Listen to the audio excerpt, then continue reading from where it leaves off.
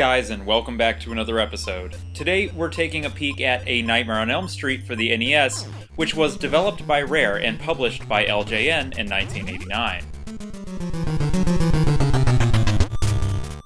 The game is based on the popular horror film franchise that reached its zenith in the 80s, and it only made sense to put out a video game in order to milk even more money out of the series' immense popularity.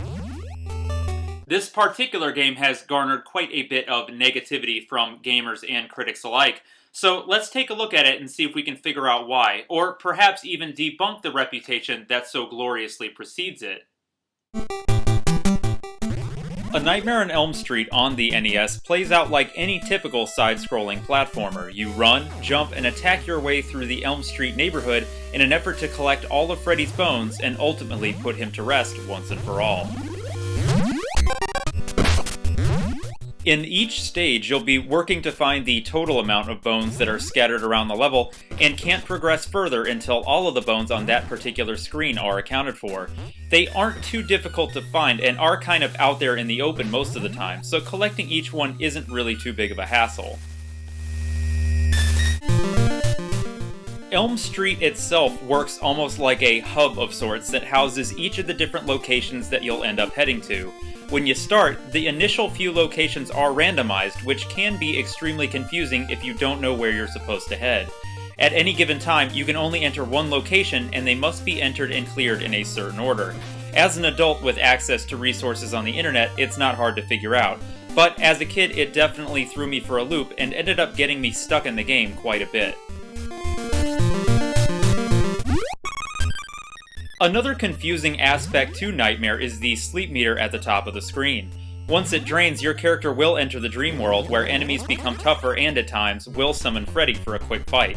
The confusing part of it is that since the game never really explains what its purpose is, your initial instinct would be to think that it represented your health. There isn't actually a life bar in the game, but your character can take about 4 to 5 hits before losing a life. It's up to you to remember how many more you can take and how many you've already taken up to this point, and the whole thing feels kind of unnecessary.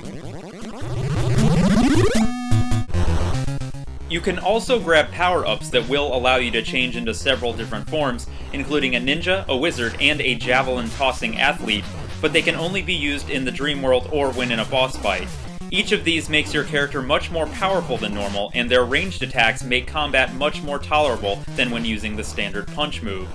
It's much easier to get through most of the levels in the dream mode with the extra abilities. Other items you'll come across during the course of the game are the coffee cup, which keeps your character awake for a little bit longer, and of course the radio, which can be used to wake you up once inside the dream world. At the end of each section, you'll fight one of Freddy's many incarnations, which borrows elements from the later films in the series as opposed to the original.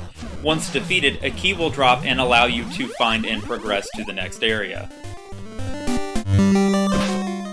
A Nightmare on Elm Street was also one of the few titles on the NES that took advantage of the Fourscore and satellite peripherals, which allowed for a total of 4 players to play simultaneously.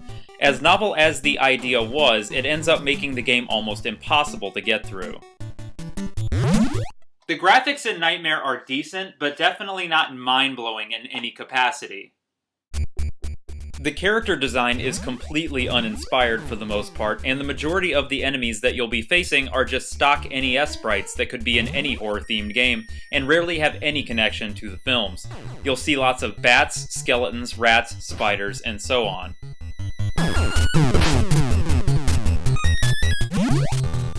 The same thing goes for the backgrounds and the bosses. Each one is pretty boring, and most of the stages are far from impressive in their design. It's not necessarily a bad-looking NES game, but it's not one of the better ones either. The graphics in Nightmare are just dreadfully average in just about every way. The good news is that it's one game that I hardly ever noticed any flickering problems in, which is always nice to see, or rather not see, in an NES game. Another thing that you'll notice and no doubt be annoyed with are the enemies that walk to the left across Elm Street.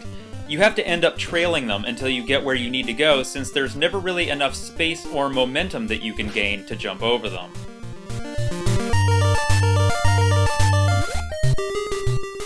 The sound design and music in Nightmare is a mixed bag. The music itself is actually pretty good, and it's catchy enough to enjoy listening to.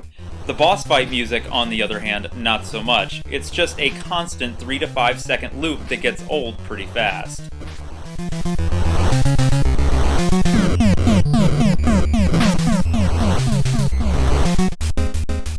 The sound effects are alright, and you can assuredly hear a lot of sound effects that Rare often used and reused in a lot of their other games, like Battletoads and Snake Rattle and Roll.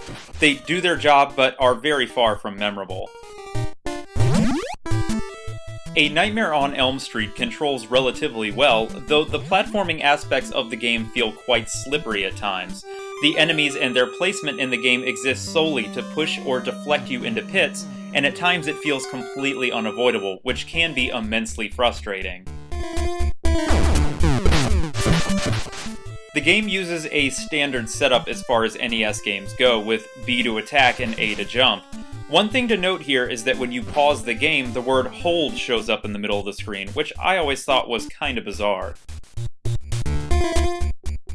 A Nightmare on Elm Street on the NES is not a terrible game, it's just a very plain and very average platformer with a 4-player co-op feature and a popular license behind it. The music is good, and the gameplay, though confusing and frustrating at times, is relatively smooth.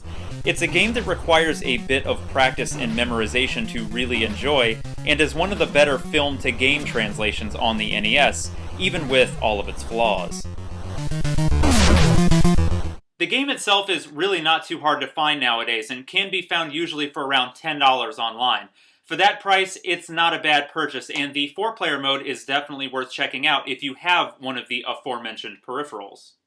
As always, guys, I'd like to thank you all for watching and subscribing, and until next time, stay classic.